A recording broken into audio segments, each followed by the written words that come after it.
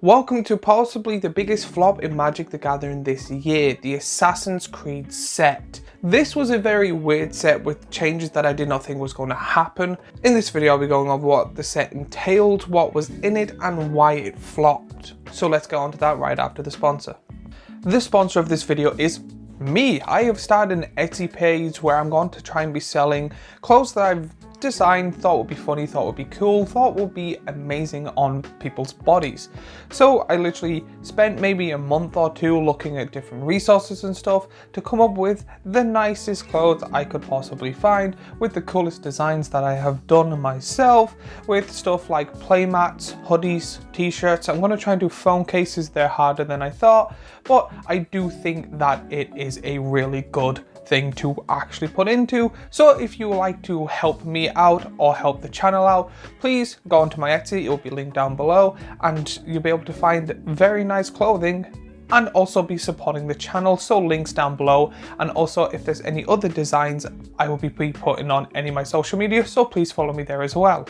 This set was one of them cross universes, so it's Magic the Gathering / Assassin's Creed, which is a really big and huge franchise with many different games. Personally, I stopped playing it after 3 when they started then doing pirate games instead, and then I never got back into them. So when it comes to my knowledge of Assassin's Creed, it is pretty much the original 3 Assassins that are most known. Originally when it came to this, I thought it was going to be the exact same as the other ones like in Fallout or Doctor Who. These are the ones that have a full set in a different art, and you're able to get majority or all the cards from the 4 decks they released. These, even though I'm not big into crossing universes, were still a good idea and done very well. Then how come this flopped so bad? There was many changes they did when it came to this set that they didn't do in the other ones. Starting off with, there was no commander decks. This was just a set, and even then with the set, it was a smaller set of just 100 cards, which is very weird for a game that has multiple variations and a large amount of characters that they could pick from. They also did a strange thing of, instead of a pack of 15 cards, they reduced it down to 7 because of the smaller set, but they did not lower the price. So you were paying the exact same price roughly for a pack of Magic cards that only had 7 in it, less than half. So there's no commander decks, the set's in half even though you could have a full set with it. They had the collector's pack so you got different arts and stuff, but they had it that it's only 100 cards in 7 cards a pack, which was not good at all. On top of that, we just got Modern Horizons 3, that was a more expensive set, but Modern Horizons 3 had a lot of really good cards. Where in this set, even though you're paying the exact same for less, I thought they might have upped the quality. This set also seems, in my opinion, the weakest set of the year as well. Even if they did a full variation of it, it seems to be the card's power level overall was probably the least and weakest in the entire year. Then it also then became that Bloomburrow that should be out this week, over-trumped it as well with possibly the best set of the year so far. So it also seemed that Assassin's Creed really had a tough time. It was in between the biggest and most expensive set of the year, and then also possibly the best set of the year too. Even if it didn't, the set after, if it's better than Bloomburrow, is still too close for it to kind of be good as a set. Now in my opinion also, this is probably the worst X one as well out of all the sets and secret layers, even though there is like really weird ones like the Fortnite one.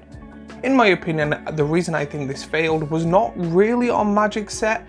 There's no way I can like prove it or stuff, but with how usual companies work and stuff, I'm not sure how it worked, but I'm not sure if it was Wizards going, yeah, we're just gonna flop this set out, people are gonna get it, it's Assassin's Creed, everyone loves it, or if it was Ubisoft that makes Assassin's Creed games going, I don't need to use that. You can use the first 3 games or the first 4 games or whatever, but you're not allowed to use a large portion of our IP or anything like that. So I'm not sure if the reason there was only 100 cards, no decks, was Ubisoft being like, we're only giving you a percentage of what you can use, or if it was Wizards going, we want to try this, it's kind of the same as the Aftermath War thing, which again, in my opinion, was not the best. It also kind of felt like a cash grab. They were hard focused on the collector packs with the old arts and the cards with the little stupid sticker on it. And it just seemed to be, even though all sets do come off as a cash grab, this seemed more in depth in it. I've never seen so much marketing for a set that gave you so little. Because usually, even if you pay a full price for a pack and you know it's a cash grab, at least you're getting your money's worth. You're getting less than half of the cards you originally would, with a same-ish possibly percentage of getting your money back's worth. Doesn't seem worth it in my opinion. This set also seemed low effort. Again, not sure if it was because they only had 100 cards to deal with and no decks, but it just felt from the other ones they did really good card selection, really good card art, where this one it just felt that they just went, we haven't reprinted this assassin card for ages, sure, throw it in, it has the word assassin in it, we'll just stick some guys on it. Again, these could have been main characters and stuff. It just seemed, as an outside perspective that's only played a handful of the Assassin's Creed games, that a lot of the cards just seem to be half-assed. And then again, they have stuff like actual people through history on these cards. But again, from the top of my head, I can only remember 3. There could have been more in the games, but when they started reprinting like different versions of Ezio and stuff, I was thinking, being like, you're on like your 15th, 20th game. How come there's multiple of the same card that do slightly different things? But there is some upsides in this. We did get a really new cool commander that was Wooburg. That was kind of cool. There is a handful of really good cards, but overall I say when it comes to this set is perfect for buying singles. The cards don't seem to be too expensive unless you're buying the ones with the little 500 sticker thing on them. So if there is any cards you wanted, they would be really cheap. So that I think buying them as singles would be the best thing.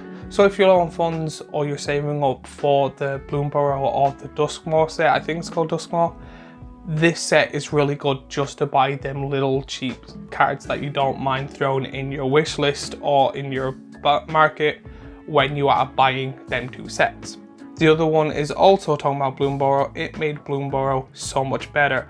Again, this could potentially be me because I was away, so I went from seeing all the Assassin's Creed stuff to instantly seeing all the Bloomborough stuff, and I just kept comparing the two and I couldn't stop myself. So I was just like, this Bloomborough set is absolutely amazing.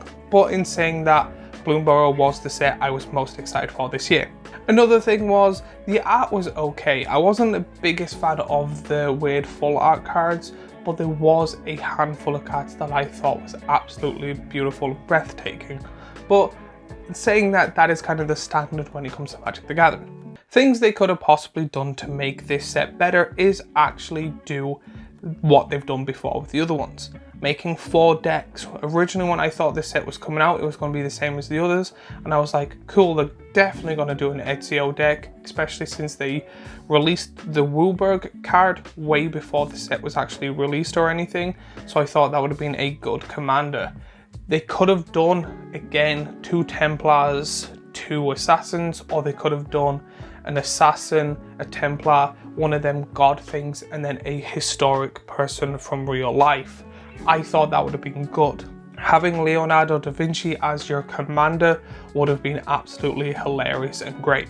One thing I do like that they did in one of the old previous sets, but they didn't do in the other, is all 4 of the decks having all the cards in it, but if you want the old arts or variations of them, they're in the packs. I think if anyone from Wizards ever see this, that is a good way to keep going forward, in my opinion. Another thing is, if you are going to lower the packs, lower the price. Having 15 cards in a pack is fine for the price they are. Some people would like them lower, again, depending on what you buy, but lowering the packs to 7 but still asking for the same price kind of then puts an off taste. If it was the other way around I would see more people being excited, but the fact that people are paying more money for less cards that are the same as the other cards that they've been buying for roughly years now, depending on how long they are into Magic, is kind of a bad form in my opinion. Another thing they could have done, and I don't work there so I don't know how it worked out, but in my personal opinion, what I'm seeing is put in as much effort as you did with Doctor Who and Fallout. Those sets are absolutely amazing. Even the old Warhammer World Warcraft stuff was really good. Again, I never played the game, never bought the decks. However, people's opinions and thoughts of it was they put a lot of effort into this. This is absolutely amazing. If you agree with me and thought this set was a complete flop and they could have done better, let me know in the comments down below what changes they could have done or what you think would have been a better thing they could have done. If I missed anything out, again, let me know in the comments down below. While you're there, remember to like and subscribe and do all that YouTubey stuff. Again, trying to get as big as audience as I possibly can. With saying that and talking about Fallout stuff, I got the Fallout Secret Layers and then put it into one big juicy video. So if you're interested in that, you can watch that right here. I have a playlist of Magic the Gathering videos I make here and a subscribe button here, and I would love it if you share it with your friends and family and stuff like that. But I will see you all in the next video.